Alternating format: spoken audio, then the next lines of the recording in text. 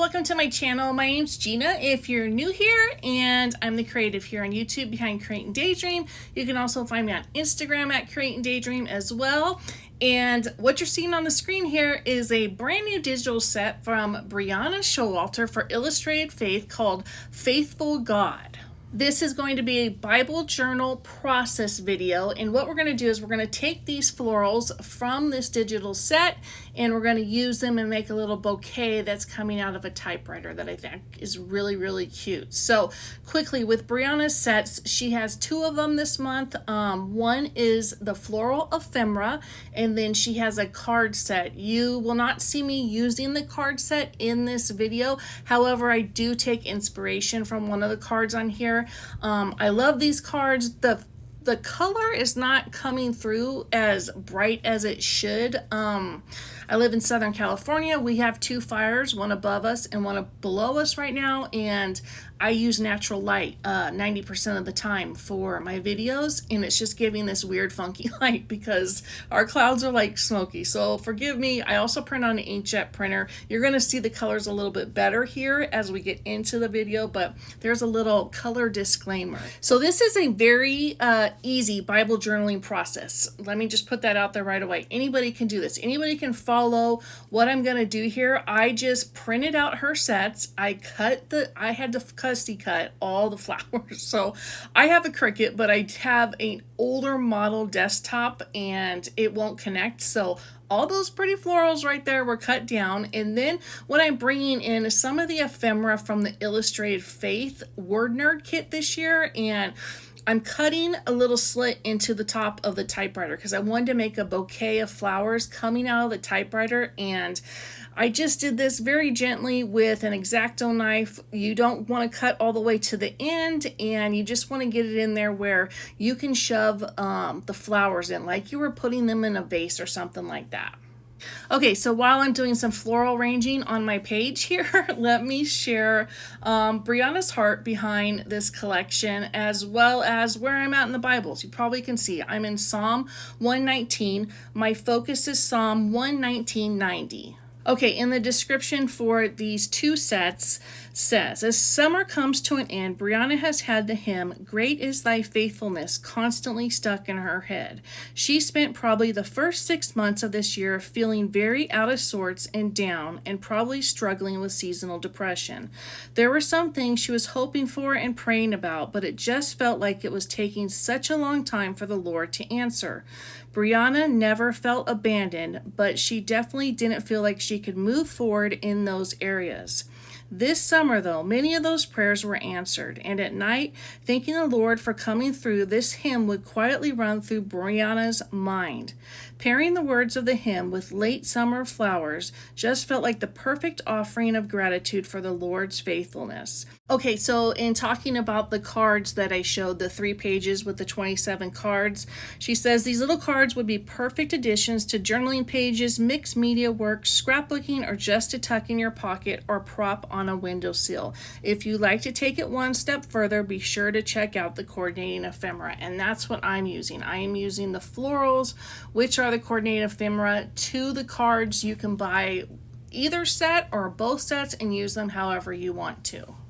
Okay, to jump back on the page here, as you can see, I'm placing the florals in, and then I'm just taking a very thin foam tape to pop up like the heads of the flowers. The stems aren't going to get any glue or any tape. They're just going to be tucked right into the typewriter. Some are actually going to go behind the typewriter because they won't be seen, but just to give it a little tiny lift off the page. I like to have a little bit of dimension. I think it just adds a little something in this Bible because it's a spiral bound. It allows for more dimension, if that makes sense. And then as you can see or have seen, I just put a old like happy planner cover behind it to give the page some stability. I cannot work on a bumpy page, so I always have to put something behind it. I also use like a recipe cover and stuff like that. So as I'm kind of cutting these down. I'm literally taking them, like when I used to work in a flower shop, I would just take flowers and you kind of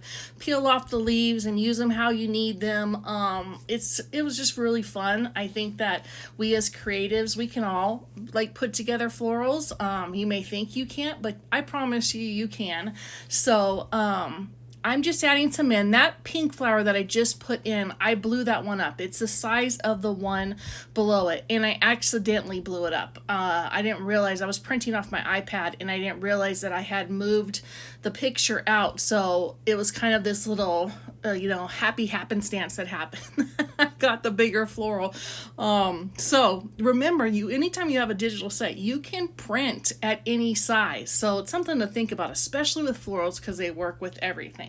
So I'm still obviously arranging here. I just wanted to give a shout out to Brianna. I think it's so powerful to be vulnerable and talk about what you've been through. We are told in the Bible to, share our stories and share with community, and it is truly something that helps other people. Seasonal depression, I've never experienced seasonal depression because I live in Southern California, so we don't even get any seasons. But I know, like up in the Pacific Northwest, there's been times where they'll get like 3 months of rain straight, and I'm not sure I could deal with that. Like, I think I could, but I couldn't. So again, just thank you, Brianna, for opening up and sharing your heart. If you suffer from like seasonal depression from where you live, I would love to know, and I'd love to be able to pray for you below if that's something that you want to share, or you could always DM me on Instagram.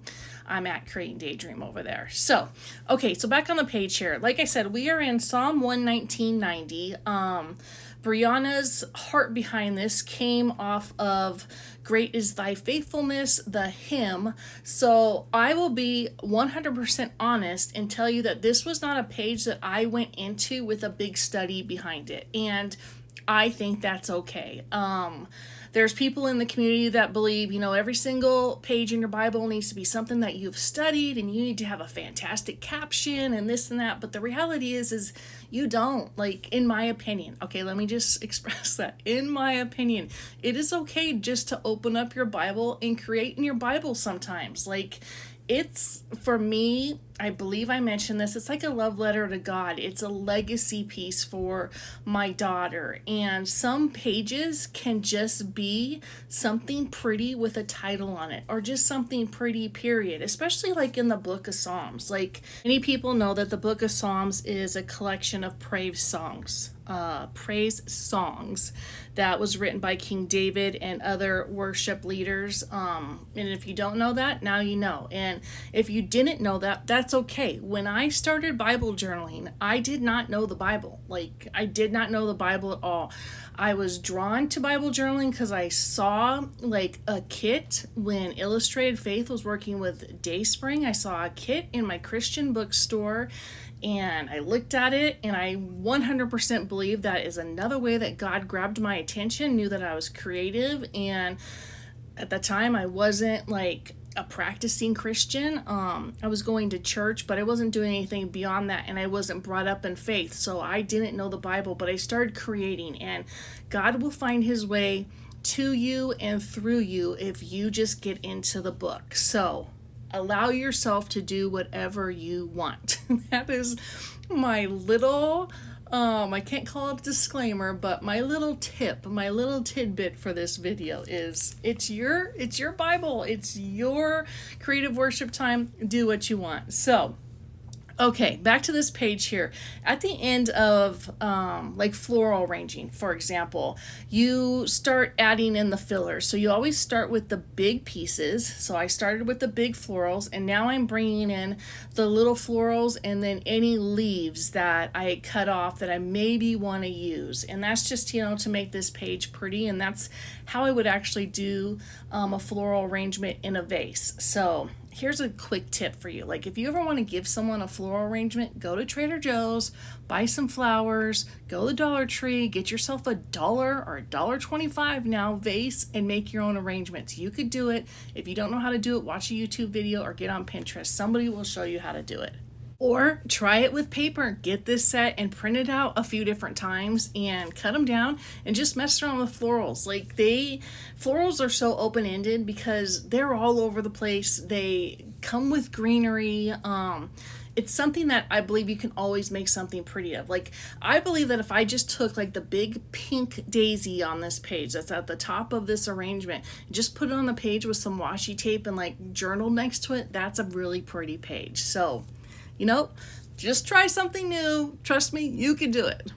Okay, so as I continue to add the filler florals and the leaves in here, I wanted to share something I thought was interesting. It comes from the Jesus Bible, and it talks about Psalm 119. It says, the structure of Psalm 119, the longest psalm and the longest chapter in Scripture, is fascinating. The 22 stanzas follow in order the 22 letters of the Hebrew alphabet. Within each 8-verse stanza, the first letter of each line corresponds to the same Hebrew letter. So in English, this would be 8 verses beginning with A, followed by 8 verses beginning with B, 8 verses beginning with C, and so on. That's actually pretty incredible if you really think about it, how King David and these other worship leaders wrote these songs and how it was put together so uniquely and perfectly in the Bible. It just goes back to God and how he just makes everything perfect. Anyways, this goes on to say in the Jesus Bible, the focus of this psalm is not Hebrew letters. The focus of Psalm 119 is the word. As the most extended treatment of this topic in Scripture, Psalm 119 uses various terms, precepts, laws, decrees, statutes, commands to speak about the word of God. God's word is eternal. His commands are wise.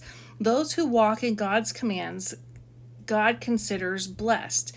If one wants to be pure, the word of God needs to be in his or her guide. Okay, and it goes on to say, and this is just one little short paragraph and then it's done. It says, the psalm is arranged in an acrostic fashion to help facilitate memorization, likely among children. Memorization of the word leads to meditation upon the word, producing the strength the psalmist described. Cause me to understand the way of your precepts, that I may meditate on your wonderful deeds. Strengthen me according to your word. And that's focused on 27 and 28. As the Word made flesh, Jesus would exemplify God's ways and guide God's people. Good stuff, right? So there's a little bit of information. If I'm not studying a scripture in depth, I do like to look for a little bit of information. If you've been watching me, I do like to study the Bible, but again, I still believe that you can Bible journal without having a deep, meditative connection with a Bible verse. Okay, so I don't know if you saw, but that we had a shift in lighting, and this shift was good because this is what the florals look like from my printer. I have an inkjet HP printer, and I print on just a white cardstock. I think it's a Nina Bright White cardstock, and that's what this is all printed on. It's printed on a straight cardstock. I'll link everything available below that I use. And then I was gonna just write faithful. I initially thought about titling it Faithfulness, and I didn't think that would fit on the page. So I took this typewriter type stamp, the bigger one, which I'm not 100% sure where I got it. It could be an Illustrated Faith one, but I cannot link that. I don't know where it is. The smaller letters are from Illustrated Faith. That was just released when the Word Nerd Kit was released, so I will link that one below. Okay, so the cute little butterflies, that came in the Word Nerd Kit. The ephemera for the kit, you can print out digitally, so you can always check that out in the Print and Pray shop. And I thought I was going to be done here, hence the reason I brought in my date stamp, but I decided I wanted to put a little bit of twine in. If I was going to actually have this arrangement in my house, I like to add a little bit of ribbon or twine or burlap or something. So if you have not seen me do this, what I like to do is I like to loop my ribbon or my twine, staple it, and kind of stick it in. And that's all I'm doing here. Twine, I believe I got this at Michael's, and they have it everywhere. But it's kind of a cool little way to give a little bit more depth and dimension. I think it looks really pretty, and I'm just using my Tim Holtz tiny attacher to staple, and I put in 2 staples just to make sure that they're both held in there. And that's something I would recommend getting, is that little tiny attacher. It's quite fantastic. And then I decided I would bring in a little bit of paint. I've been really loving the mustard paint, so I think this is goldenrod, and as you can see, I'm super professional how I put it on. So if you made it this far, thank you so much. I appreciate each and every single one of you. I hope you have a blessed day.